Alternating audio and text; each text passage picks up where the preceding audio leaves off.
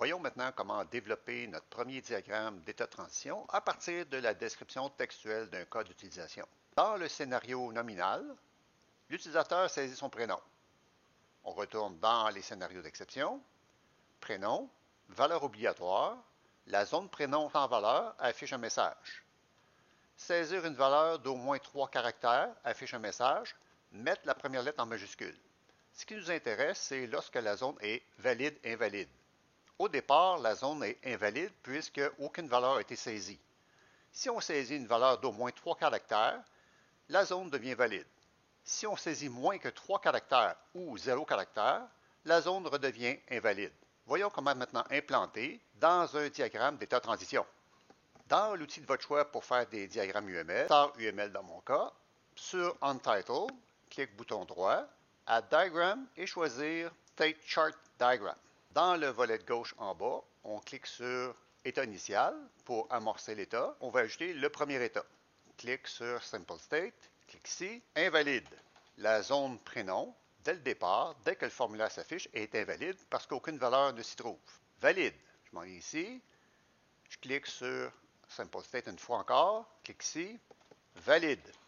Enter. Puis je vais ajouter en même temps mon point de terminaison, mon état final. Clique sur l'état final et je vais l'ajouter ici. Je vais mettre une transition de mon point de départ à invalide.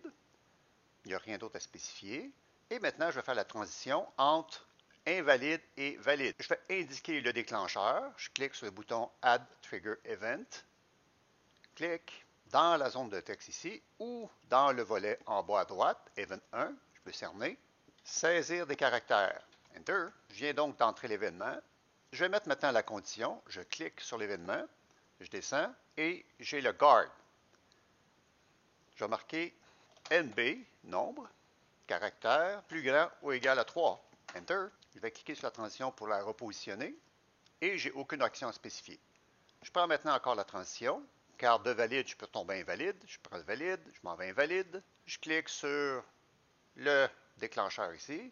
Je clique sur le déclencheur, clique dans la zone ici. Modifier des caractères. Supprimer, sélectionner avec la souris, supprimer. L'événement, ce serait modifier des caractères. Toujours en cliquant sur l'événement, dans le volet de droite en bas, Guard. NB, caractère, plus petit que 3. Ça inclut le 0, donc le vide. Enter. Je vais replacer la transition. Et cette fois-là, on pourra avoir une action, afficher un message. Bouton droit, ajouter, effect, interaction. Dans interaction, afficher message d'erreur. Le diagramme et dans quel cas on atteint l'état final. Je peux très bien quitter la zone invalide.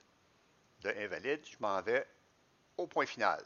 Et la même chose pour valide. Je peux très bien quitter en laissant la zone valide. Encore une transition de cette manière. Il en va de même pour tous les autres contrôles de la feuille description textuelle d'un cas d'utilisation. Lisez correctement ce qui est demandé. Le téléphone, le courriel et la confirmation courriel ont plusieurs états, plus que 2.